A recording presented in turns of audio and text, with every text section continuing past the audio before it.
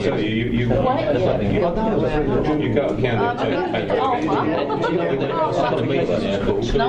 Good evening, everybody. Just come up to 7:30. Okay, nice to see everybody. Welcome. One's Perfectly timed. perfectly timed. Just. Okay. Let's do the emergency announcements.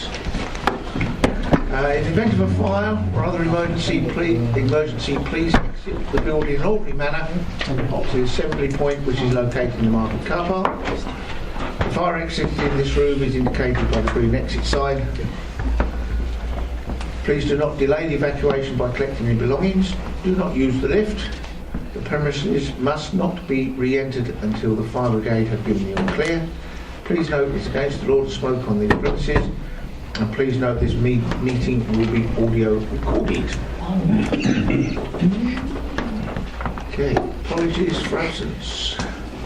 We have apologies from Councillors Gray, Mountain, Webb and Williams. Substitute members, I think you have a list. I do. We have Councillor Mrs Shaw substituting for Councillor Gray, Councillor Mrs Mason substituting for Councillor Mountain, Councillor Mrs Gooding substituting for Councillor Webb, and Councillor Skill substituting for Councillor Williams.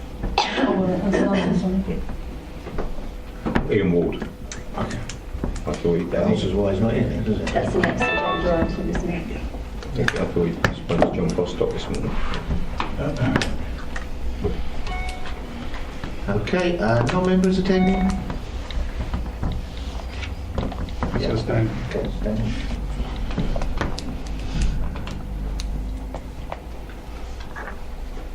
Right, minutes of the meeting held on the 29th of September 2016. We've all had a copy and had a chance to have a look through.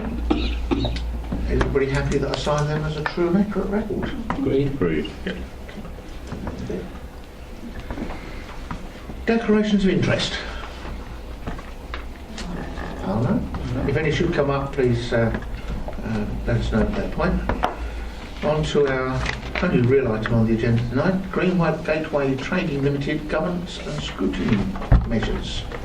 To receive a report from the Assistant Director of Legal Services for approval of the delegation of shareholder responsibilities and a reserved matters schedule. I believe that's over to you, Nick, is it? Thank you, Chairman. Yes, as you'll notice, I'm not the Assistant Director of Legal Services, but I'll happily cover the report on her behalf. So just to quickly remind members why we're here today. At full council last month, members agreed unanimously, I think, that the delegation of the shareholder responsibility sits with this particular committee of council, and the purpose tonight from that decision is to further delegate down some of those responsibilities, and you'll see which bits I'm referring to in the appendix, hopefully, that you'll have, which those responsibilities are in the sort of far right column. I won't go through them all now unless any member wishes to cover anything. So to further delegate those responsibilities down from this committee to the chairman and vice chairman of this committee to do certain things, and these are for the reason of business efficacy, so we don't have to come to this committee every time we want to make a relatively modest decision, so to make things fast and business-like. So that's the reasoning behind it. The other two elements of what we'd like members to make a decision on tonight is to formally appoint Dawn Tribe as chairman of the board of the subsidiary company for 1 year, as you'll see there, members, and also to amend the accounting reference date of the subsidiary trading company, Teckle company, from 31st of November to the 31st of March. So that's essentially it, members. I'm afraid it's not too exciting. But it's a needed decision. We haven't got you here for the sake of it. It's something we've had to formally do before before the company actually starts to operate next month. And unless you have any questions, those are the recommendations, members. Councillor Hoy, Yeah. I think you might have heard a couple of comments about I'll keep it as brief as possible. Just a correction, which I think Councillor Mrs Mason mentioned, gasped at.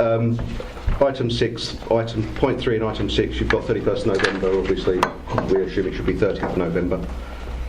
Yes. Counter represent. That then leads on to my main point, is that when the company was set up, I did query the 30th of November, sorry, through the chair, and I was told that the 30th of November was the best date to have the year end because it meant the workload within the council itself was less at that point. If we had a 31st of March year end for this company, it meant that the officers who will be doing the accounts would also be doing the council's accounts, and that could lead to problems. And that's why the 30th of November was felt to be the best date, because that would be a quieter period. Can you confirm that what has changed in that respect, and are we confident that it won't mean with this year-end date that we'll be engaging outside help with the accounts? Yes, if I can answer, Chairman. You are correct, Councillor Hoy. There was the original thinking from the Finance Department to separate out the dates so we can, allocate the workload and apportion them at different times. However, it's since transpired that the same finance officers as the thing has developed, have actually come back and said no, we prefer it to be on the same date to make it easier for them. So they've actually made that request. So we have that from Matt Petley and Rob Manning. Okay. So that's the reason behind the change. Okay, thank you. And the only other point was in the delegated duties, Yeah.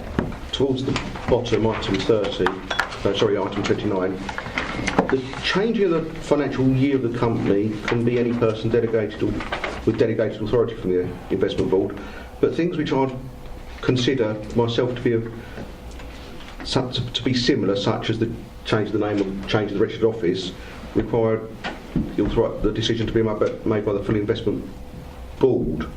Can you explain why they're different? To me, they're both administrative within the company, and they don't appear to me they're not different in that respect. I wonder why they've got different differences, because that could be quite major changing year end of the company.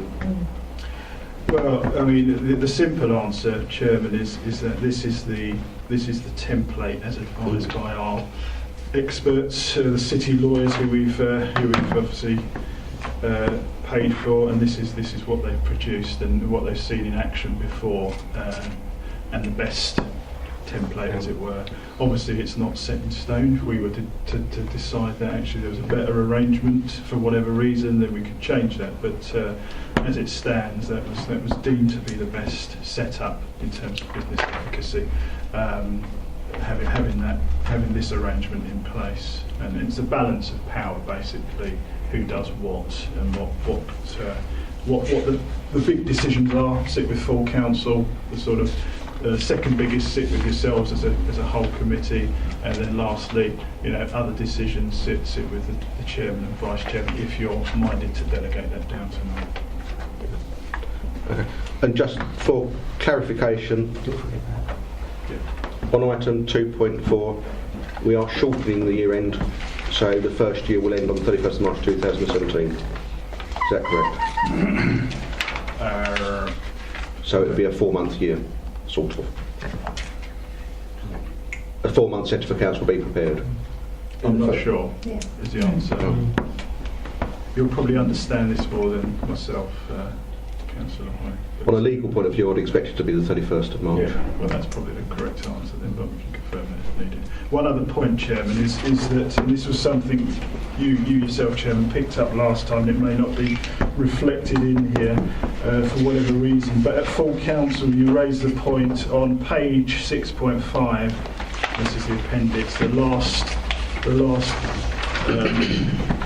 row, 18, this is to create or agree a charge of security. I think council agreed the words to be added following advice of the section 151 officer. That should appear in there, and we'll have that changed, but that one wasn't omitted on purpose, it was just an omission, I think. So we'll add those back in. Terry, you wanted to come? Just to clarify something on the point that Councillor Hoy's raised, I think in the column that this is in, the one that you're referring to, 29, presumably this committee would have to delegate the authority to somebody to change that date. Well, And there is nobody at this time. Well, if tonight the members are minded to delegate to the chair and vice chairman, then that would be one of their future powers. Right. To do that, and obviously be the both of them. So you'll be delegating those kinds of decisions to them effectively. All those ones in the third column will sit with chair and vice chair. Thank you. But the point I wanted to make, if I may, through you, Chairman, is that, and I'm not being funny about this, but there is a right of calling, as you know, for decisions. Mm-hmm. Now, the whole point of this is to make quick decisions and get things through. Mm-hmm. Now, if are decisions made by this committee subject to the right of calling by review? Yes, I think they are. I mean, Sonia may be able to. The only problem with that is that where we want, can you? I know that there are certain decisions that we can make that we say, well, sorry, because of the type of decision, there's no right of calling. Can we still do that with some of the decisions? Because there may well be decisions where we don't necessarily want a right of calling. Yes, I suppose we have to take again. The idea of this committee and being the shareholder representative is exactly as you say. Councillor Cutmore is business efficacy, speed. So we'll always have to have that in mind, but still having that, this still is a committee, and it will still be subject to that right of calling, as you say. But I think we just have it at the forefront of our mind that when we're doing these things, if we are to delay decisions, hopefully they'll be done in the rarity, hopefully, for good reason. It may then have implications on the business in that it can't buy a piece of machinery or it can't do something, which then may affect trade, which then ultimately affects the council in terms of its return and business investment. Okay, but just to clarify, the point I was making is, I know that there can be decisions made where we preclude the right of calling. Members will hear about those at full council. Does this committee have the right to do the same thing in the right circumstances? I'm not sure. Sonia, do you have any comments on that? I would imagine in the same way that individual member decisions can be made in terms of urgency. I see no reason why the committee could not have reports brought forward which are obviously publicly available to all members of the council, which make it clear that the decisions have to be made sort of as a matter of urgency. I think we'd have to look very carefully at the wording of those those resolutions for the committee to consider. Right, thank you for that. I mean, you understand why I'm asking the question, because clearly there might be something that is on the cusp of it, so as to speak. Okay. I've had a number of people indicate. Councillor Mrs Mason, did you indicate as well? I indicated another point, but that was being covered at the moment. Okay. Thank you. All right, I'll come back then. Councillor Mrs Mason. Yeah, thank you. Councillor Cutmore makes a very appropriate point, and I think that's been acknowledged by everyone. I'm not sure I agree with the officer. I don't think there is provision in our constitution for a committee to be able to take the discretion of saying that it's an urgent decision which can't be called in. That's not going to be much of a problem, because the Constitution is currently under review by the Review Committee under the direction of our legal officer, and I would recommend that Investment Board asks that to be included in the review and for such provision to be made for the future, which it then doesn't become ambivalent in any way. Can I suggest, Chairman, through you, that we have, if members are uncomfortable, in terms of the the delegation of this committee in terms of the terms of reference as they currently stand. We have a full council meeting coming up, we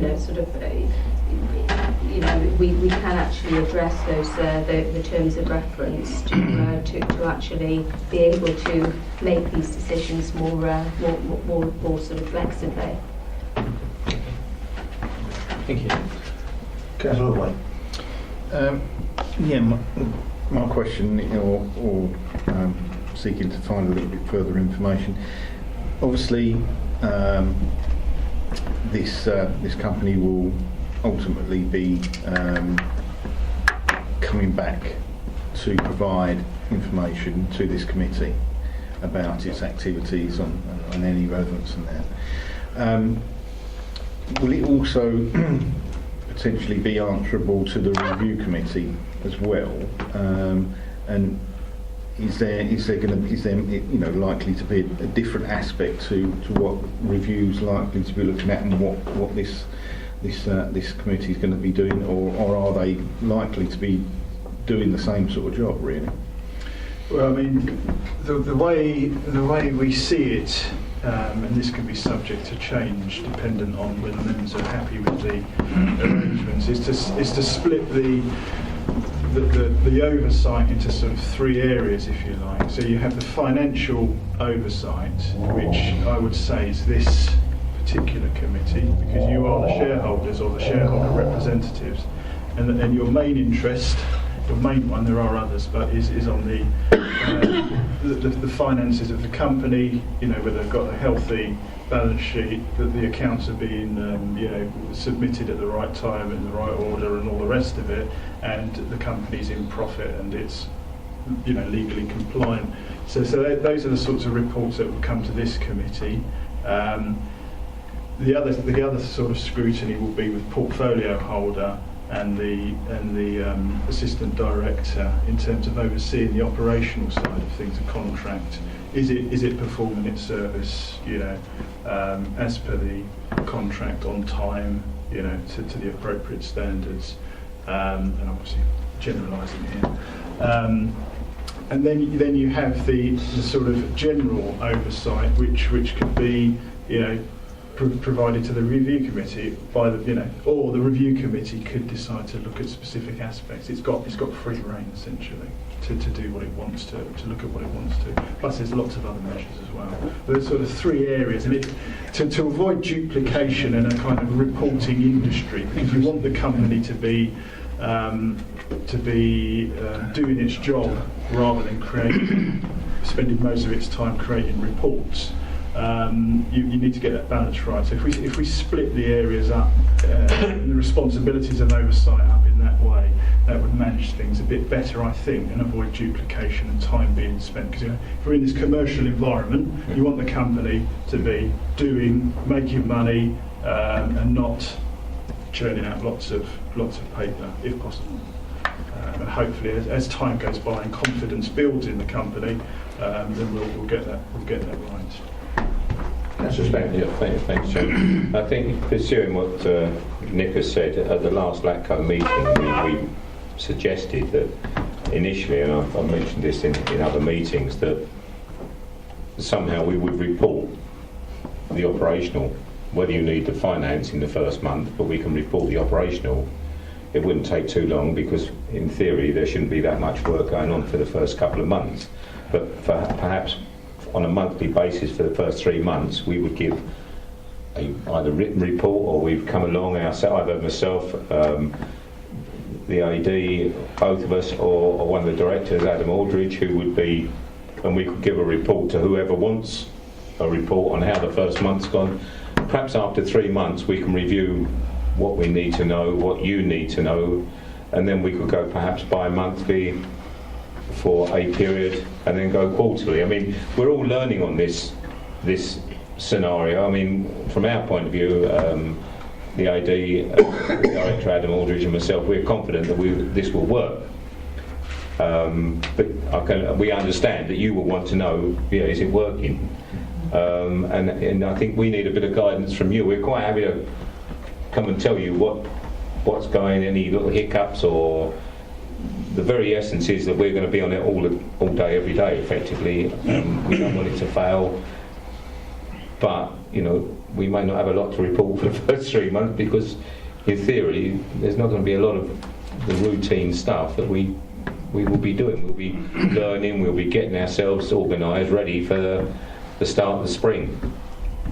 But there will be other bits and pieces to do in the run up to it. So, I say, whether you want to have a delegated group to meet with another delegated group, I'll leave that to you, Chairman. Councillor Mrs Mason, did you indicate? Yes, I did. Yeah, we weren't sure.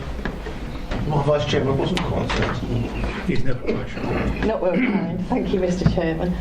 I think we have an issue here that we need to deal with very carefully. The review committee used to be called, and I think it describes it better actually, the Overview and Scrutiny Committee. And it's there to protect and question activities of overview. Now, to my knowledge, and I've not been on a review for very long, but I don't think it's often that anything is called in that has, and I can't recall anything to that I know of, that has caused a delay.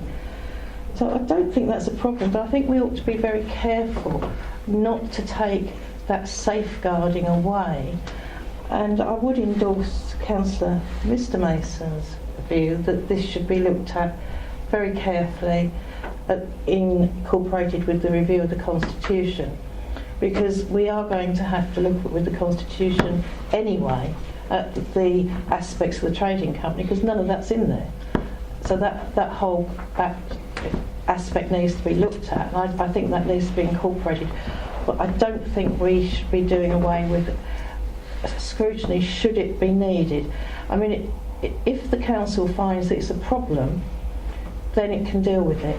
But I've no knowledge of any problems caused or delays caused by an examination so far of the activities of the council. In fact, I think it's a safeguarding for the council.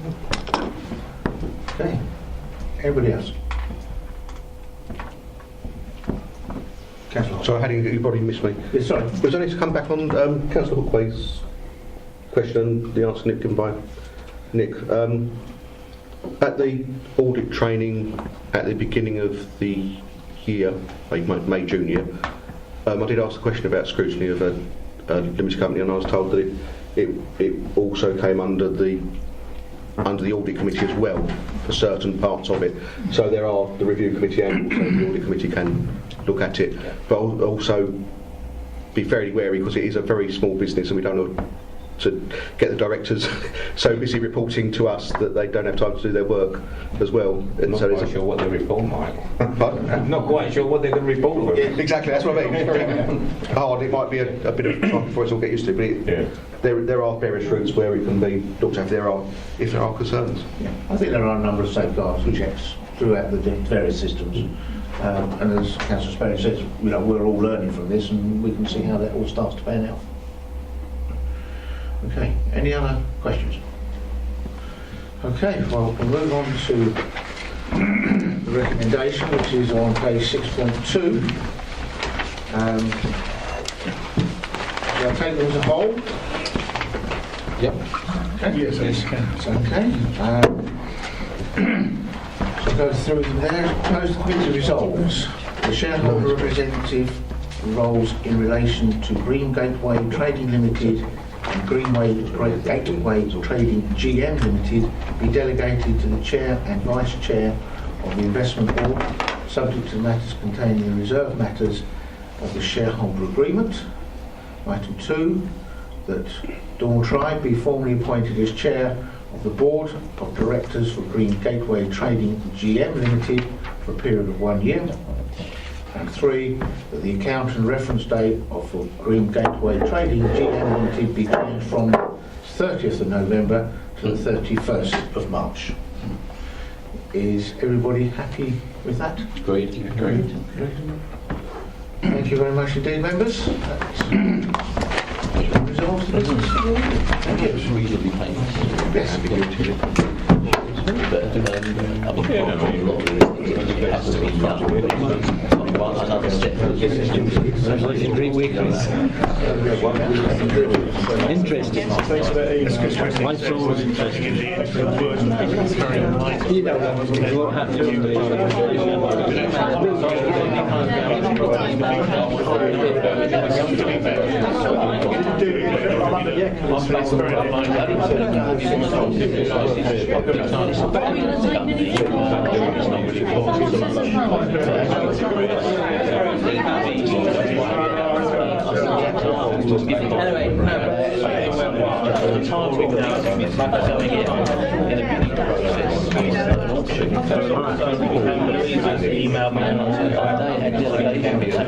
tough, isn't it? We're looking at